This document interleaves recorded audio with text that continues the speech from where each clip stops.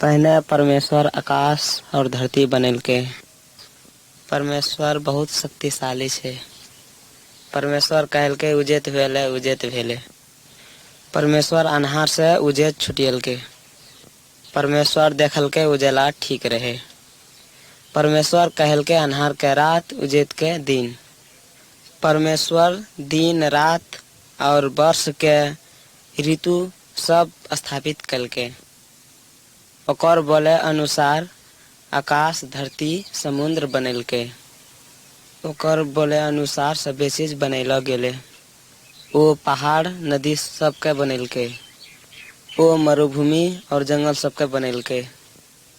परमेश्वर सूरज बनेलके दिन हुए खातिर आकाश में राखलके। परमेश्वर रात में उजाला खातिर चांद और तारा बनेलके। परमेश्वर दिन महीना वर्ष दिखावे खातिर रौद, चांद, तारा के आकाश में राखलके छे। ई सभे काम परमेश्वर कलके। आकाश में उड़े वाला चिड़ै चुनमुन वह बनेलके। परमेश्वर नदी समुद्र के माछा सबके बनेलके। परमेश्वर धरती के सभे जीव जंतु के बनेलके। परमेश्वर घर के जंगल के सभे जीव जंतु के बनेलके। परमेश्वर सभे चीज बना के देखलके, ओकरा बढ़िया लागलके। वो कोनो चीज खराब नहीं बनेलके। तब परमेश्वर कहलके अब अपने रूप में आदमी बनेबे। वो पृथ्वी के जानवर सब के अधिकार करते और रेख करते। वह खातिर परमेश्वर आदमी के बनेलके। जिरंग परमेश्वर गाछ, जमीन, जानवर के बनेलके, उरंग आदमी के नहीं बनेलके। तखन परमेश्वर जमीन के धूला से आदमी बनेलके। वो आदमी के रूप बना के अपन सांस आदमी के नाक पर फूकी दिलके। उ जिंदा आदमी भेले तब जीवन पेलके। वहने परमेश्वर अपने रूप में आदमी के बनेलके। वह खातिर परमेश्वर के लिए आदमी मूल्यवान छे। आदमी बनने के बाद परमेश्वर कहलके आदमी अकेला रहना ठीक नहीं छे। हमें ओकर खातिर मिले वाला एगा जोड़ी बनेबे। तब परमेश्वर आदमी के खूब नींद में परा दिलके। जब आदमी सुतल रहे तब पेजड़ा का हड्डी निकल के परमेश्वर जलानी बनेलके। वहने के परमेश्वर आदमी सबके बनेलके। यह किस्म से परमेश्वर अपने रूप में मर्द जलानी के बनेलके। तकर बाद परमेश्वर अपन बनेला चीज देखलके, ओकरा बढ़िया लागले। तकर बाद परमेश्वर सभे चीज बना के विश्राम कलके। परमेश्वर संसार और संसार के सब चीज बनेलके। ओ सच्चा और सत्य परमेश्वर छे। ओ आदमी के पूजल देवी देवता से बड़का छे। तोरा सबका डर लागे वाला से और बंधन में पारे वाला से उ भयानक छे। देवी देवता, भूत आत्मा, मूर्ति, सृष्टि कैलो चीज से उ महान छे। संसार में ऐला बड़ा बड़ा आदमी सबसे भी उ महान छे। वह एकटा परमेश्वर छे। ओकर डर माने पड़ते, ओकर आज्ञा के पालन करे पड़ते और ओकर पछाड़ी लागे पड़ते। सुनो, हमें तोहरा सुर के आचम में परमेश्वर के बारे में सुनेगन। उ तोहर हमर हृदय में ओकर वचन द्वारा आज हमरा सब बोली रहल छिए।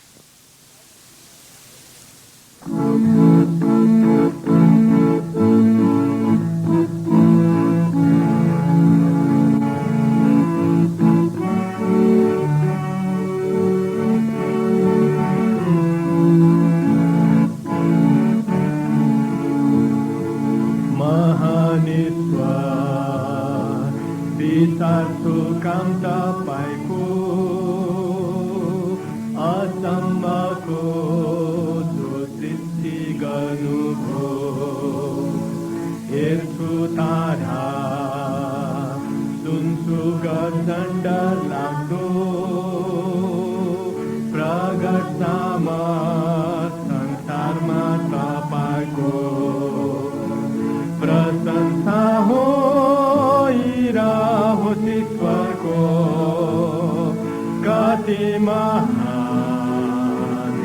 कति महान प्रशंसा होइरहोस् ईश्वरको, कति महान, कति महान।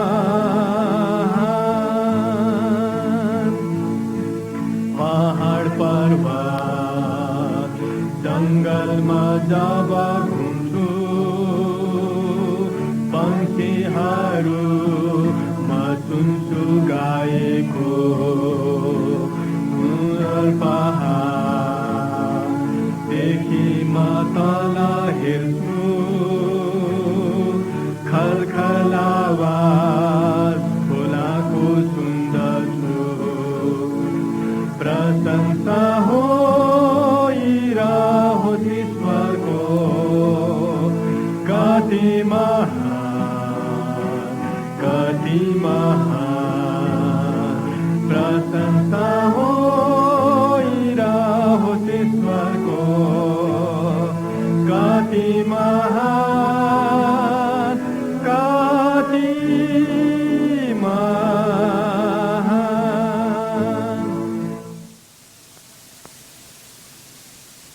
पहनकरो आदमी का नाम आदम रहे और जलानी का नाम हब्बा रहे। जब परमेश्वर आदमी सबका अपने रूप में बनेल के, तब आदमी सब अच्छा रहे। परमेश्वर अपने बनेला मरद जलानी देखी खुशी रहे। ओकरा सब कहियो पाप नहीं कल के रहे, तब ओकरा सबके खराब बात सबके ज्ञान नहीं रहे। परमेश्वर अच्छा और बहुतेक फल फले वाला एक बगीचा बनेल के, तब परमेश्वर ऊ बगीचा के रेख देख खातिर ऊ आदमी सबके बगीचा में राखल के। ऊ बगीचा के भित्ता दले एक नदी बहते रहे। ऊ नदी बगीचा के भिंगा देते रहे और जमीन बहुतेक फल फलेते रहे। बगीचा के बिच्चे गाछी के फल छोड़ी के सबे गाछी के फल खा सके छो। बगीचा के बिच्चे वाला गाछ के अच्छा और खराब ज्ञान वाला गाछ कहे छे। ऊ गाछ के फल नहीं खाइए, ते इटो गाछी के फल खेबे ते मरी जेबे। परमेश्वर आदम के कहल के खाली यहाँ तो काम नहीं करेले। परमेश्वर आदम और हब्बा के बैठेले एगो अच्छा जगह दिल के। ओकरा सुर के जत्ते खाए वाला चीज चाहिए सबे चीज बगीचा में पूरा रहे। एक दिन शैतान सांप के रूप में आदम और हब्बा कते अले। शैतान आदम और हब्बा कते छल करे अले रहे। शैतान दुष्ट और खराब रहे। परमेश्वर और परमेश्वर का सभी चीज बनेला चीज सबसे शैतान घृणा करे। परमेश्वर आदम और हब्बा का बड़ा माया करते रहे और शैतान के ये बात पता लगी गले। शैतान आदम और हब्बा का घृणा करे और ओकरा सुर के नाश करे चाहते रहे। तब एक दिन शैतान सांप के भेष में आवी के हब्बा से गप करे अले। शैतान हब्बा के कहल के, सच्चे परमेश्वर कहल को तोरा ई गाछ के फल नहीं खाइए। हब्बा शैतान के कहल के, हाँ ई बगीचा के बिच्चे गाछी के फल छोड़ी के सबे गाछी के फल परमेश्वर कहल के ई गाछी के फल नहीं खाइए, खेबे ते तोरा सब मरी जेबे।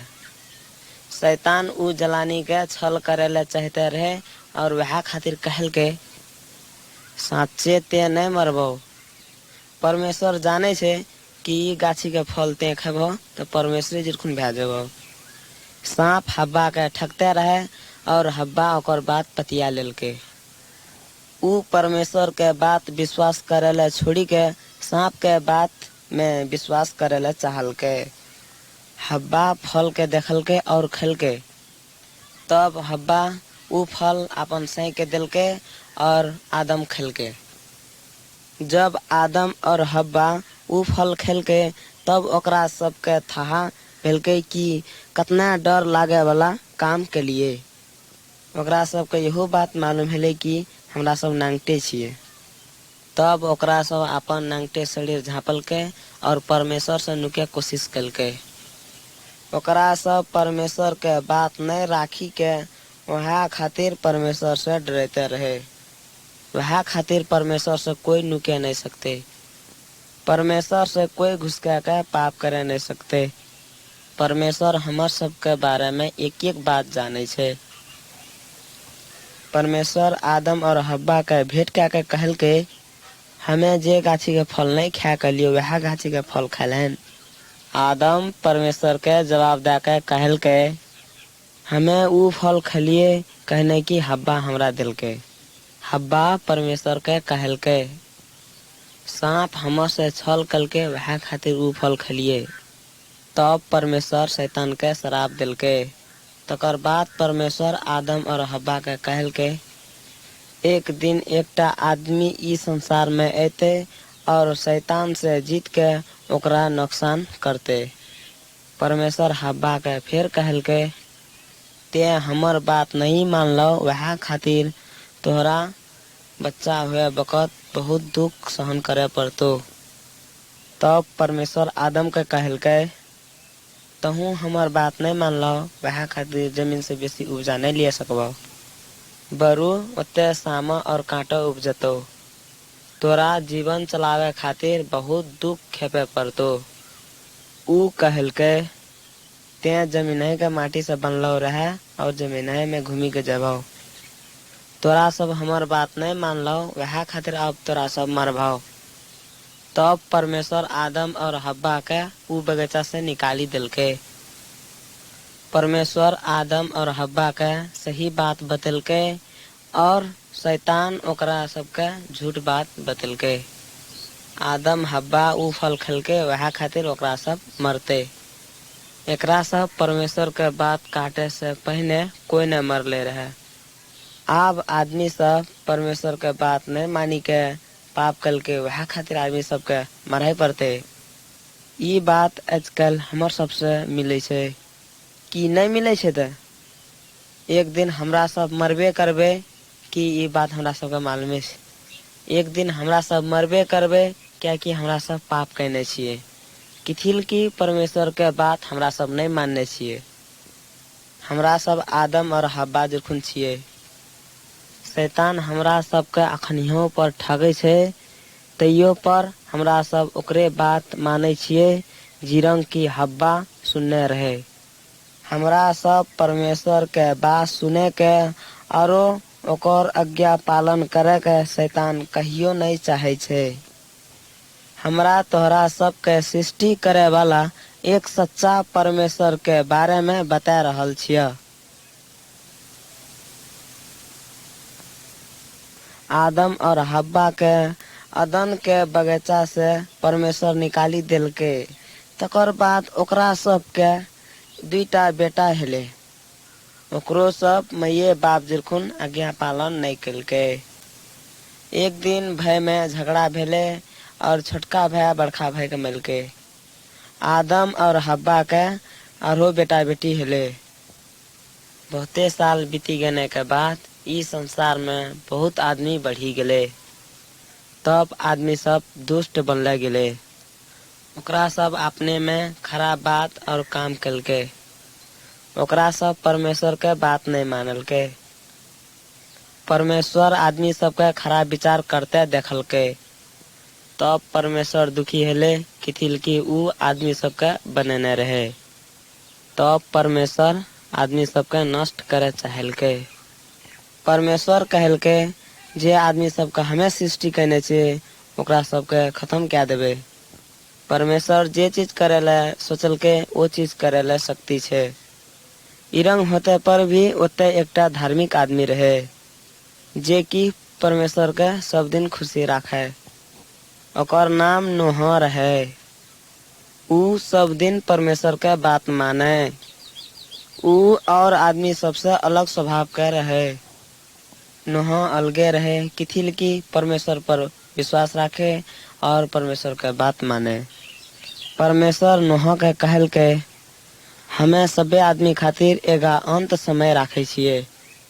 किथिल की एक खातिर इस संसार में दुष्ट से भरी गले छे। हमें पक्के इस संसार और आदमी के खत्म करे चाहे छिए। यह खातिर एगा बड़का नाव बनेल के इस संसार के सभी जीव के पानी से नष्ट करबे। लेकिन तोरा तोर मौगी बेटा बेटी तोर पुतौ के बचेबो। तब ते सबे जीव के एक एक जोड़ी नाव में आनिहे, तब नाव के सबे जीव बचे सकै छै। ई बात परमेश्वर नोह के कहलके। परमेश्वर पर नोह विश्वास राखलके और उ काम भी कलके। नोह एक बड़का नाव बनैलके।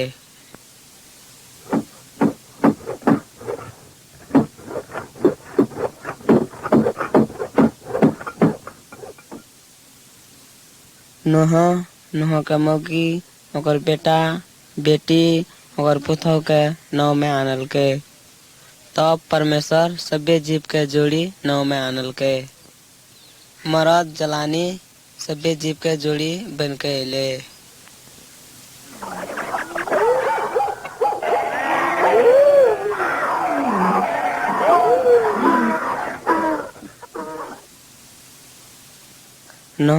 नोह का परिवार जीव के सबे जोड़ी नाव में अइले। तकर बाद परमेश्वर नाव का ढोका बंद कलके।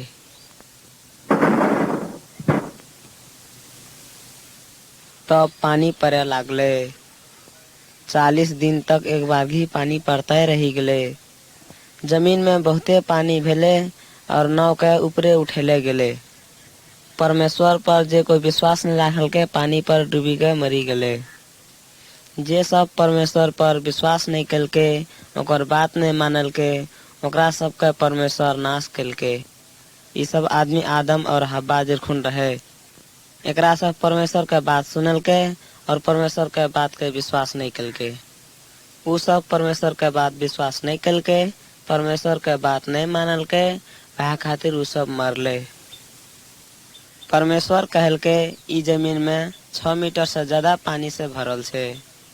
नोह का परिवार नोह के संग में जत्ते जीव रहे ओकर बाहेक सबे को पानी में डूबी के मरले। जे सब परमेश्वर पर विश्वास करके खाली वह सब बचले। अंतिम में 40 दिन के बाद वर्षा रुकले। नोह का परिवार ओकर संग में जत्ते जीव रहे सबे को नावे में रहले। ओकर संग में जत्ते खाना रहे वह सब खाते रहले। तकर बाद पानी आस्ते आस्ते सुखले गेले। नाव एगो सूखा जमीन में जाकर रुकी गले। नोह का परिवार ओकर संग में जत्ते जीव रहे सबे को जिंदा रही गले। तब ओकरा सब नाव से बाहर निकलले। नोह का परिवार सबे बची गने से नोह परमेश्वर से बड़ा खुशी हले। ये सब सच्चे बात बहुत साल पहनी भेले रहे। तैयो परमेश्वर ते आज एके छे। परमेश्वर खराब और पाप काम से खनियो घृणा करे छे।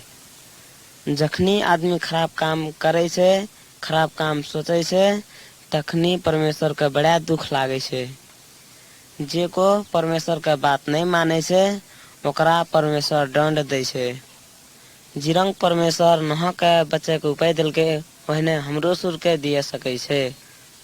ई बात सही छे। जे को परमेश्वर के बात नहीं मानते ओकर पर पक्के इंसाफ करते। कृपा करके तोहरा सब ई बात के ध्यान से सुनो। हमें तोहरा अच्छा जगह के बारे में बता रहल छिए। उ जगह जे को परमेश्वर पर विश्वास करते ओकरे खातिर बनेलो गेले छे। बाढ़ एले ओकर बाद पूरे संसार के खत्म क्या दिल के। बहुत साल के बाद एगा मूसा नाम के परमेश्वर के भक्त रहे।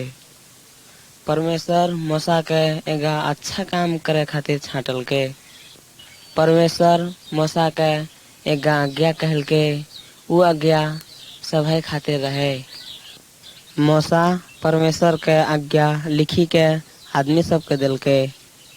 जे को परमेश्वर के आज्ञा पालन करते ओकरे देखी के परमेश्वर खुशी हेते। यहाँ खातिर परमेश्वर आदमी सबके आज्ञा दिल के। परमेश्वर आदमी सबके यहाँ खातिर आज्ञा दिल के कि परमेश्वर कतेक शुद्ध और पवित्र छे। परमेश्वर के आज्ञा बुद्धि से भरल छे। सुनो तोहरा सब ई 10 आज्ञा परमेश्वर आदमी सबके खातिर मूसा के देने रहे। पहनकरो आज्ञा बड़ा जरूरी छे। ई आज्ञा कहे छे हमें तोर सबके परमेश्वर छियो। हमर बाहेक तोरा सब कोनो देवी देवता के नहीं पूजिहे। परमेश्वर के दूसर आज्ञा कहे छे तोरा सब पत्थर और लकड़ी के मूर्ति बना के ओकर अगाड़ी में नहीं झुकी है। किथी ले परमेश्वर ई सब आज्ञा दिलके छे? किथी ले की परमेश्वर चाहे छे हमर बनेला आदमी हमरा ही पूजे। ओ हमरा सबके सृष्टि कैने छे, हमर सब पर ओकरा चिंता रहे छे और हमरा सबके जे चीज चाही उ चीज वो पूरा करे छे। शैतान हमरा सबके ठगेले चाहे छे और जे को परमेश्वर नहीं छे ओकरा पूजते देखेले चाहे छे। आदमी सब नदी गाछ पहाड़ के पूजा करे छे, परमेश्वर ई सब बात जाने छे। अते तक कि आदमी सब अपने बनेला मूर्ति सबके पूजे छे। आदमी सब बीतल दिन तक ई सब काम कलके। ओकरा सब गाछ काटलके, गाछ के आधा भाग जारन बनेलके, जारन से खाद पकलके, तब ओकरा सबके पेट भरले। ओकरा सब जाड़ के महीना जलावन जला के आगिन तापलके। गाछ के आधा भाग काटी के ओकरा सब मूर्ति बनेलके। तब ओकरा सब मूर्ति के अगाड़ी झुकी के कहलके तू ही हमर परमेश्वर छ, हमरा सबके बचाव। सुनो तोहरा सब ई सब बात मूर्खता नहीं छे। सही परमेश्वर ते ई सब मूर्ति के पूजते देखी के घृणा करे छे। कह तोरा सब हमरा सब अपने बनेला मूर्ति के किथी ले पूजे छिए? हमरा सब के ते परमेश्वर के पूजना चाहिए जे को हमरा सब के सृष्टि कैने छे। परमेश्वर के तीसरा आज्ञा छे तोरा सब बिना काम के परमेश्वर का नाम नहीं ली है। परमेश्वर के नाम और सब नाम से और काम से ऊपर छे। परमेश्वर के नाम खराब काम करे वक्त लेना ओकर आज्ञा के उल्लंघन बराबर छे। चौथा आज्ञा ई छे कि तोहरा सब हफ्ता में एक दिन आराम करे के समय निकाल। 6 दिन काम क्या के 7वां दिन में आराम करे वाला दिन अलग निकाल। परमेश्वर ई आज्ञा बनल के किथी ले कि वहु संसार के बनावे वक्त 6 दिन काम क्या के 7वां दिन में आराम कलके। परमेश्वर 7वां दिन में आराम कलके और उ दिन के पवित्र कलके। ई पवित्र दिन आराम करे के दिन से ई दिन में कोनो काम नहीं करना चाहिए। 5वां आज्ञा परमेश्वर के ई छे तू अपन बाप माय के आदर करिहे। अपन बाप माय के गाली और मारपीट नहीं करना चाहिए। किथिल की वह सब तोरा सबके जन्म दिलखन, तोरा सबके पोसलखन, पढ़लखन लिखलखन, ओकरा तोरा सबके आदर और सम्मान करना चाहिए। परमेश्वर का 6ठा आज्ञा छे कि हत्या नहीं करना चाहिए। हमरा सब सभे को जाने छे दूसर के मारना पाप छे। जे को दूसर के हत्या करे छे ओकरा अपने परमेश्वर के हिसाब दिया पड़े छे। 7वां आज्ञा में परमेश्वर कहे छे लोगों को मौगी अपन खातिर नहीं आनी है। कोनो छोड़ी दूसर छोड़ा लोगों नहीं सुती है। जिरंग हमरा सब शुरू में सुनलिए कि परमेश्वर एक जलानी बना के आदम के दिल के, तहने के परमेश्वर मौगी मुंसा के संबंध जोड़ी दिल के। जिरंग परमेश्वर विवाह के मानल के वहीने के हमरो सबके माने पड़ते। 8वां आज्ञा कहे छे कि चोरी नहीं करी है। तोरा सब गांव घर में पड़ोसी में पहुना के और सरकार के कोनो सामान चोरी नहीं करी है। 9वां आज्ञा कहे छे ते ककरो बारे में झूठ नहीं बोली है। हमरा सबके सही बात बोले पड़ते। हमरा सब की बोले छे कही के सबे बात परमेश्वर जाने छे। झूठ बात के परमेश्वर घृणा करे छे। 10वां आज्ञा में परमेश्वर कहे छे ककरो कोनो चीज में लोभ नहीं करी है। परमेश्वर कहे छे अपन संग में जे चीज छो वह चीज से संतोष कर। जिरंग धरती में कुछ लागते नहीं लो तहने मरे बखत कुछ लाकर नहीं जब हमार सबके कर्तव्य से परमेश्वर के चिन्हे ले और ओकर आज्ञा पालन करे ले।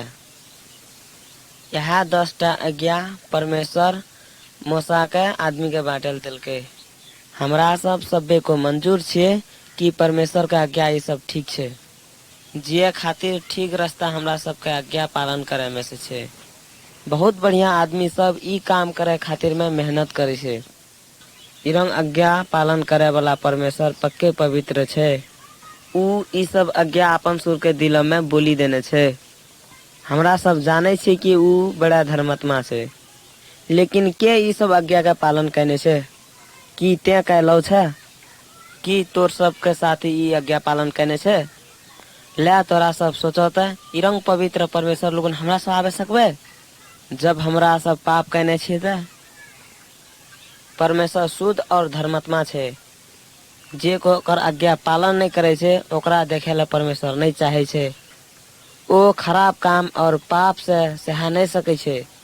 जे को ओकर पर विश्वास करे छे ओकर पर सही इंसाफ करे छे, जिरंग की ऊ नूह का समय में कहने रहे। अंधकारमा भूली रहेका मानवलाई ज्योति देखाउने स्तुति महिमा छ प्रभुलाई। अंधकारमा भूली रहेका मानवलाई ज्योति देखाउने स्तुति महिमा छ प्रभुलाई। निष्कलंक बलिदान निर्दोष प्रभुको अमूल्य रक्त उद्धारको बाटो बन्यो। निष्कलंक बलिदान निर्दोष प्रभुको अमूल्य रक्त उद्धारको बाटो बन्यो।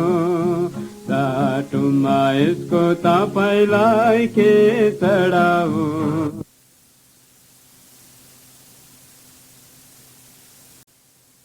तोर कहल हमरा हुए। मरियम के परमेश्वर के आत्मा से पेट हेले, तकर बाद ओकरा बड़ा खुशी लागले। ऊ कहल के हमार मुक्तिदाता परमेश्वर के बड़ाई करे छिए। तब उम्हर एगो स्वर्गदूत यूसुफ के सपना में देखाव दिल के।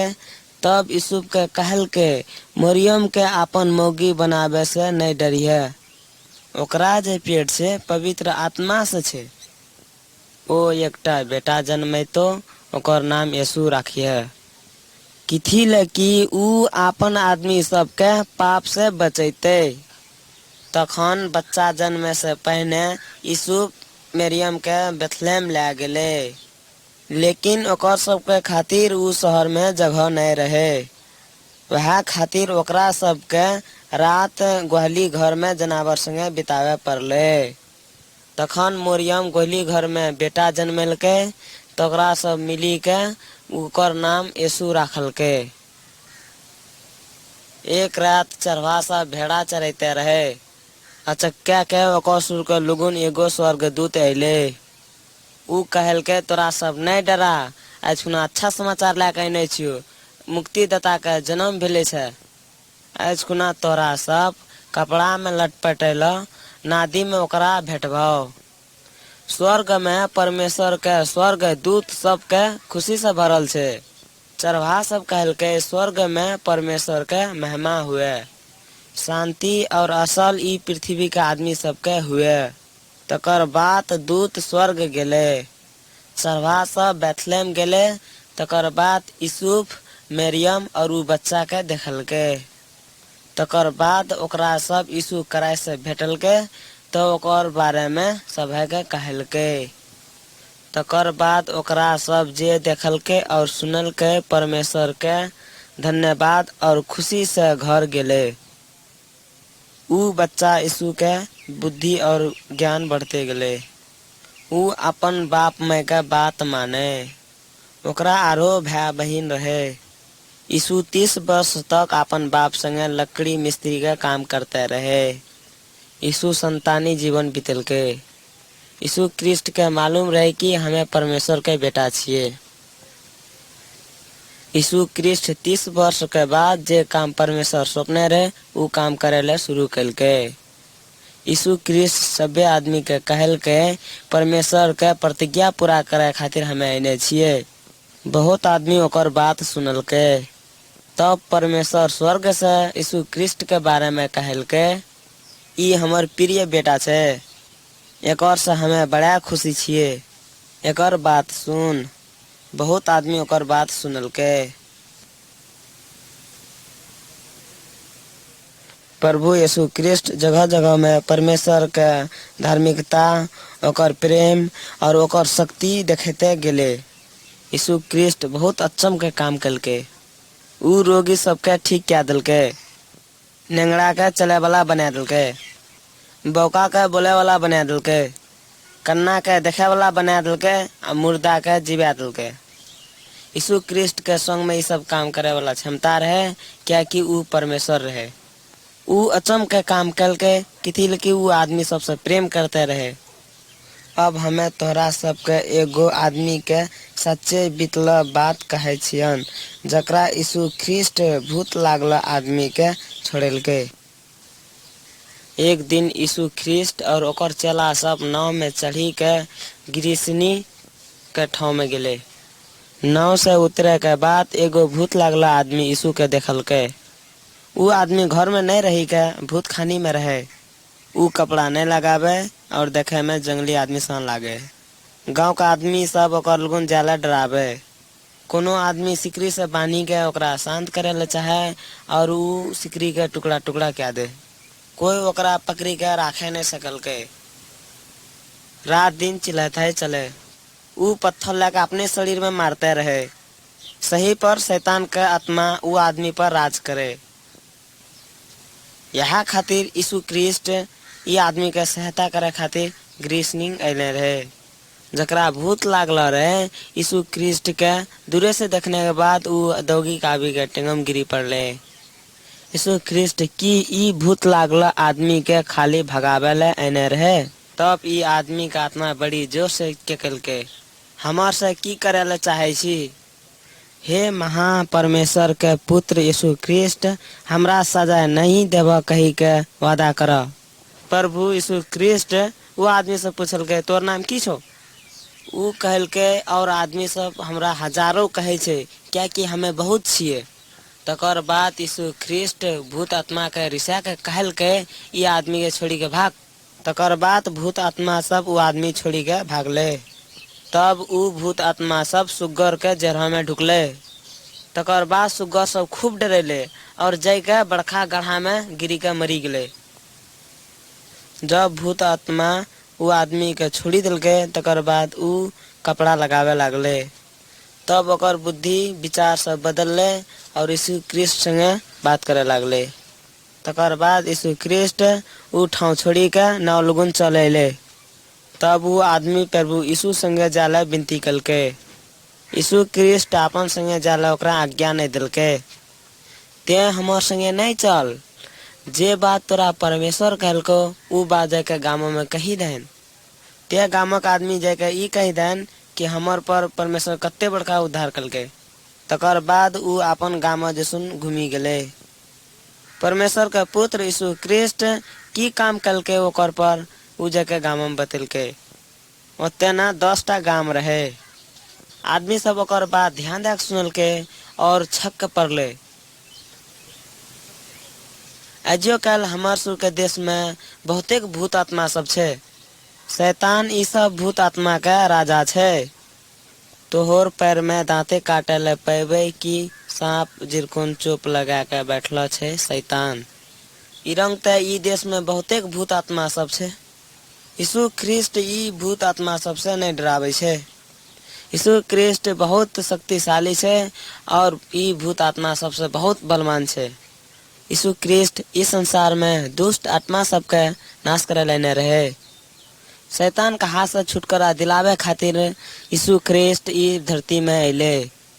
दुष्ट आत्मा के यहो मालूम छे कि यीशु ख्रिस्ट हमरा सबके दंड देते, वह खातिर ओकरा सब डरावे छे।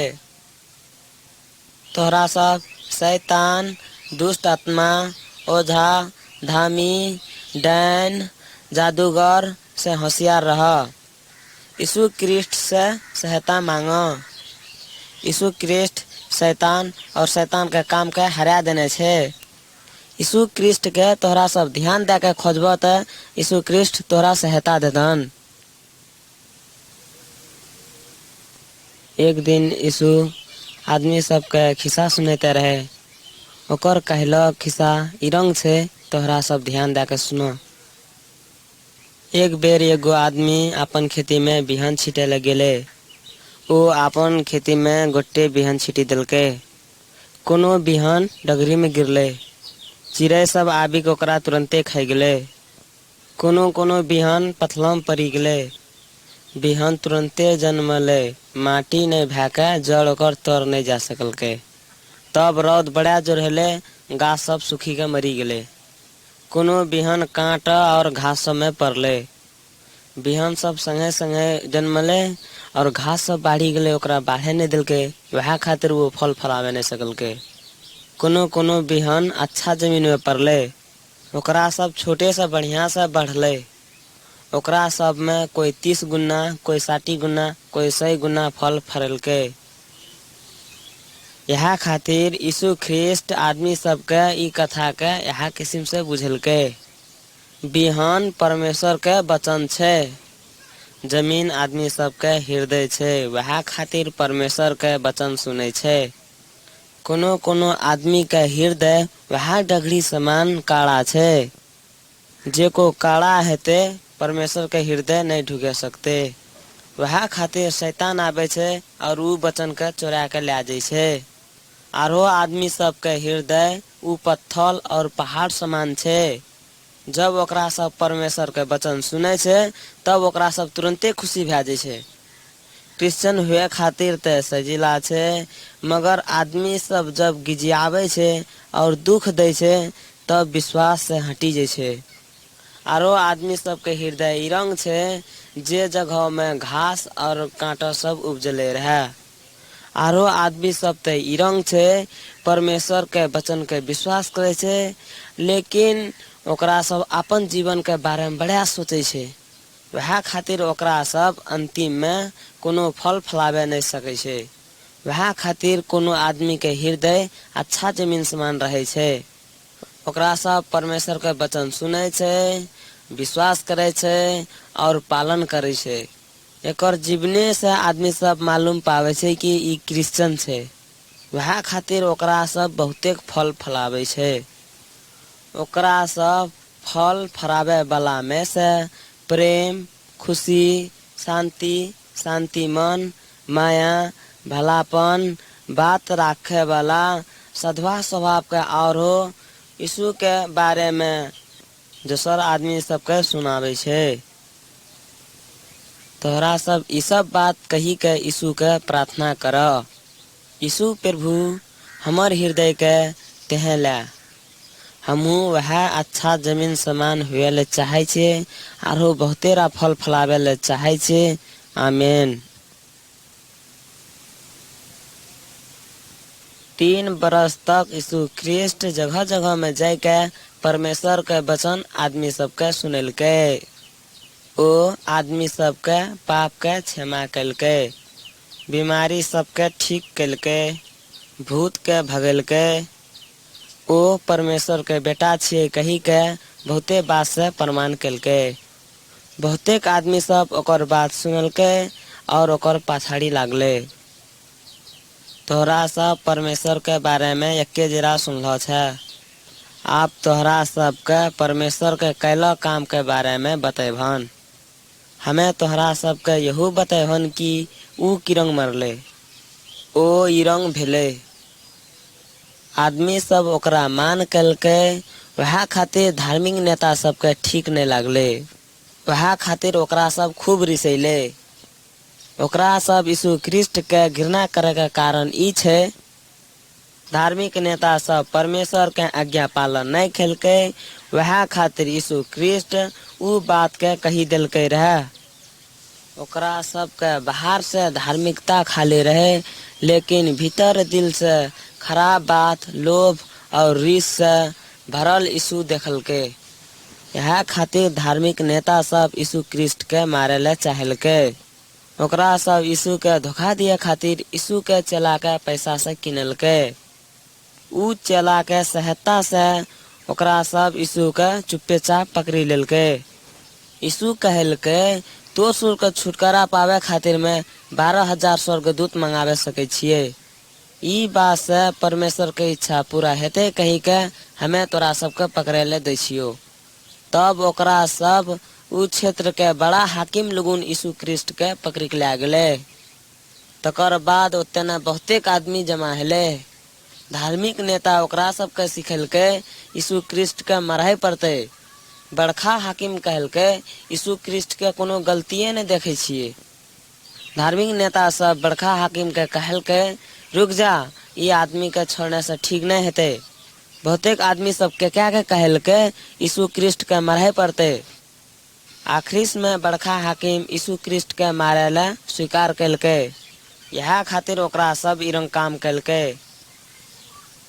तब ओकरा सब यीशु क्रिस्ट के शहर से बाहर ले गेले। तब ओकरा सब क्रूस में बांधी के हाथों में टेंगों में कांटी ठोकी के मारलके। ओकरा अंतिम सांस तक वह क्रूस में बांधी के राखलके।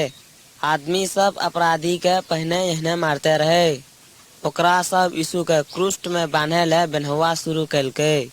तकर बाद दिन के 3 बजे तक पूरे देश अन्हारे रहले। तकर बाद यीशु क्रिस्ट के क्या के कहलके हमर परमेश्वर हमरा ते किथि ले त्यागे छौ। एक छिन के बाद ऊ कहलके समाप्त भेले। यीशु आपन मुड़ा झुकलके तब प्राण त्यागलके। जब ऊ मरी गले तब ओतना खूब धरती हिलले, पूरे जमीन हिलले और बड़का बड़का पहाड़ सब फटी गेले। एगो पहरुदार ओते बैठल रहे। जब वो आदमी धरती हिलते देखलके तब वो कहलके ई मरला आदमी परमेश्वर के बेटा छे। किरंग के परमेश्वर के बेटा मरते ओकरा कोई न मारे सकते। आखिर में वो अपने से मंजूर भेले तब ओकरा मारे सकलके। ऊ तो बहुत बलवान छे। तैयो पर परमेश्वर के पुत्र यीशु क्रिस्ट मरहले चाहलके। किथी ले कि परमेश्वर गोटे तो संसार के पाप खातिर एकरा चुनलके रहे। हमरा सब के पाप ओकर पर राखल गले, वह खातिर परमेश्वर यीशु क्रिस्ट के त्यागलके। परमेश्वर पाप खातिर बड़ा रिसेलो छे। पाप के सब्बे रिष्ट परमेश्वर यीशु क्रिस्ट में राखने रहे। यीशु क्रिस्ट परमेश्वर के बात राखे खातिर हमर सब के पाप लाके क्रूस में मरने रहे। यीशु क्रिस्ट के चेला सब ओकर लाश के एगो खड्डा में गाड़लके। तकर बाद ऊ खड्डा के मुख में बड़का पत्थर लाके झाँपी देलके। यीशु क्रिस्ट ऊ खड्डा में आरो आदमी जिरखुन मरलो नहीं रहले। यीशु क्रिस्ट 3 दिन मरने के बाद ऊ खड्डा में जलानी सब तेल लगावे गेले। जब ओकरा सब पुगने के बाद ऊ खड्डा का पत्थर हटेलो देखलके। जब ओकरा सब खड्डा में ढुकले ओतना एगो स्वर्गदूत देखलके। तब ओकरा सब डरलके। तब दूत कहलके तोरा सब नहीं डरा, यीशु क्रिस्ट फिर जीते। आप तोरा सब ओकरा जल्दी देखबी। स्वर्गदूत अपने कहने के बाद तब चल गले। तकर बाद जलानी सब यीशु क्रिस्ट के देखलके आरो आदमी सब जिंदे देखलके। यीशु क्रिस्ट कहियो पाप नहीं कलके रहे, वह खातिर ओकरा मरनी नहीं रोकलके। परमेश्वर के बेटा यीशु क्रिस्ट मरनी से जीतलके। शैतान विचार कहने रहे यीशु क्रिस्ट मरते तो एकर शक्ति खत्म भे जेते। नहीं, यीशु क्रिस्ट मरनी के शक्ति के तोड़ी दिलके और शैतान का शक्ति तोड़ी दिलके। मरी के जीने के बाद यीशु क्रिस्ट अपन चला संगे 40 दिन इस संसार में बीतेलके। ऊ ओकरा सबके लगातार 40 दिन तक परमेश्वर के बारे में सिखलके। एक दिन यीशु क्रिस्ट चला सबके बोला के कहलके परमेश्वर हमरा सभे शक्ति देने छे।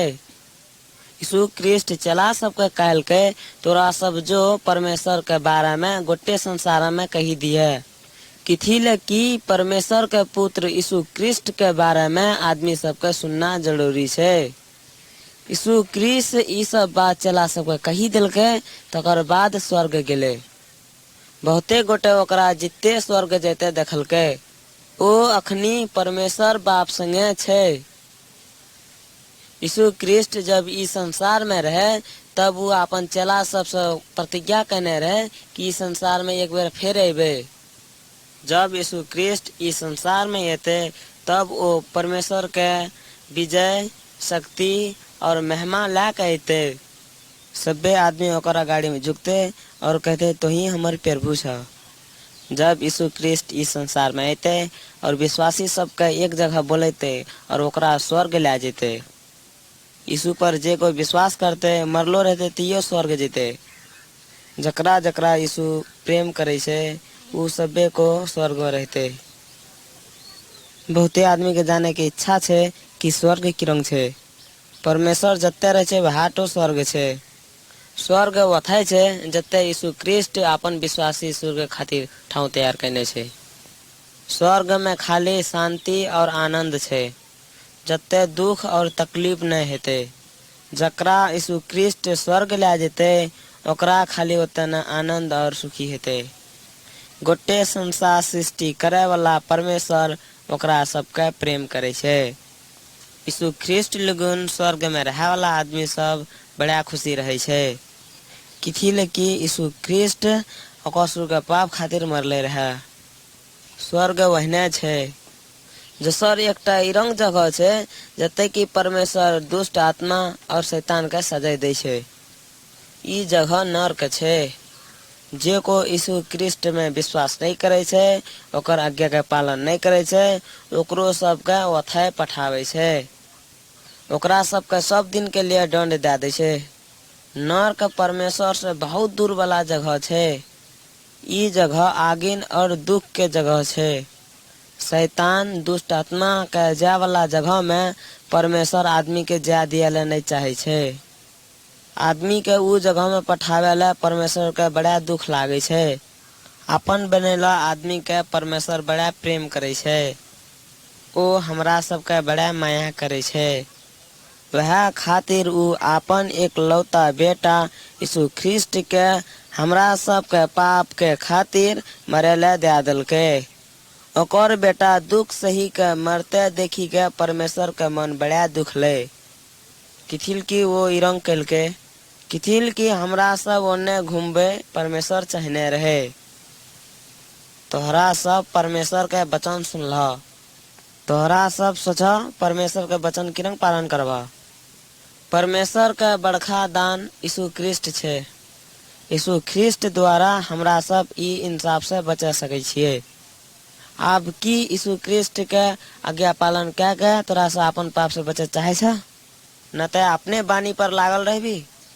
प्रभु यीशु ख्रिस्ट के ऐसे मुक्तिदाता और प्रभु माने ले चाहे छ अजिए तोहरा सब फैसला कर। हमरा सब सबे को जाने छिए कि प्रभु के आज तक आज्ञा पालन नहीं करने छिए। हमरा सब जाने छी कि जसर के विरुद्ध में हमरा सब खराब काम कर रहल छिए। हमरा सब के पाप के मजदूरी तीरे खातिर परमेश्वर एक बढ़िया बलिदान दिए चाहल के। खाली एक्के गोटा ई बलिदान दिया वाला योग्य छे। उ एगो आदमी के नाम यीशु ख्रिस्ट छे। यीशु परमेश्वर के कहियो आज्ञा के उल्लंघन नहीं कलके। ते हमें परमेश्वर के आज्ञा पालन नहीं क्या के पाप के लिए वह खातिर यीशु ख्रिस्ट हमरा सब खातिर मरले। परमेश्वर के आज्ञा पालन नहीं करे वाला सब के खातिर यीशु ख्रिस्ट इरंग के स्वीकार कलके। वह खातिर पाप करे छोड़ी के यीशु में विश्वास करे वाला के परमेश्वर क्षमा करे छे। लेकिन जे को यीशु के इनकार करे छे ओकरा परमेश्वर दंड दे छे। आपन से अलग करे छे और ओकरा असुर के सब दिन के लिए नरक में दुख भोगे पड़े छे। की तोहरा सब परमेश्वर के आज्ञा उल्लंघन कला छ की तोरा सब मालूम छन? की तोहरा सब देवता और मूर्ति के पूजला छ? की तोहरा सब कोनो जलानी के खराब नजर से देखला छ? की तोहरा सब ककरो घृणा कैला छ? की तोहरा सब ककरो ठगला छ? तोरा सब ककरो सामान चोरेलो छे? देखो तेहे हमें आज्ञा पालन नहीं के लिए वह खातिर यीशु ख्रिस्ट मरलो छे। यीशु ख्रिस्ट खाली मुक्तिदाता छे। तोहरा सब ओकर पर विश्वास करबा तो परमेश्वर क्षमा क्या देते। ओ हमरा सबके प्रेम करे छे, वह से हमरा सबके बचावे खातिर ओ किरंग छक पड़े वाला काम कल छे। अजिए खुना ओकरा प्रभु और मुक्तिदाता बनाब। पाप करब तो यीशु ख्रिस्ट के पाछू पाछू नहीं जा सकब। तोहरा अजिए ई सब बात के छोड़े पड़थन।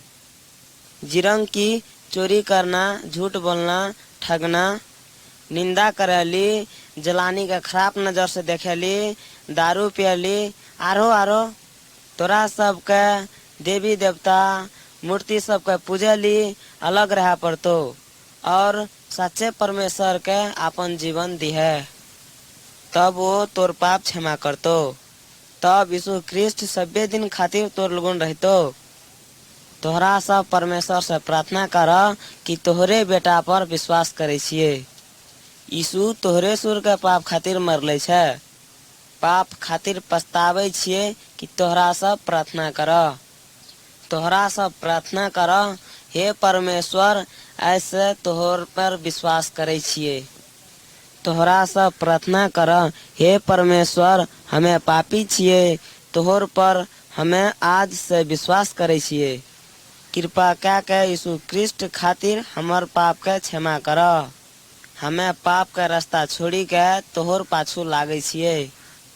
तेहे हमर बाप बना आरो हमरा यीशु ख्रिस्ट खातिर बेटा या बेटी बनाब। आमीन। अब परमेश्वर तोहरा सबके प्रार्थना सुनल के आरो तोहरा सबके नया मन, नया विचार, नया इच्छा देतो। जब तक यीशु ख्रिस्ट तोर मन में नहीं एतो तब तक तू परमेश्वर के खुशी राखे वाला जीवन नहीं जिये सकब। जब तक पाप के घूमी के यीशु ख्रिस्ट में विश्वास नहीं करब तब तक वो नया जीवन दिए नहीं सकथन। तब यीशु ख्रिस्ट अपन पवित्र आत्मा तोहर हृदय में राखत। पवित्र आत्मा तोरा अच्छा काम करे खातिर सहायता देथन। ऊ पवित्र आत्मा तोरा पाप और परीक्षा से बचा के रखतो। ऊ तोरा दुष्ट आत्मा के डर से आजाद क्या देतो। ऊ पवित्र आत्मा तोरा यीशु के पाछू जाले विश्वास देतो आरो अकेला रहबे त तोरा संग देतो। परमेश्वर संगे चलेले तोरा सिखैतो। खाली परमेश्वर के वचन पालन क्या के सब दिन प्रार्थना करिहे आरो परमेश्वर के विश्वासी आदमी लोगन लगातार रह पड़तो। ई परमेश्वर के अच्छा रास्ता छे। कैल कैल क्या के नहीं रहिए, शायद कल तक देरी भे जेतो। यीशु ख्रिस्ट में अजिए या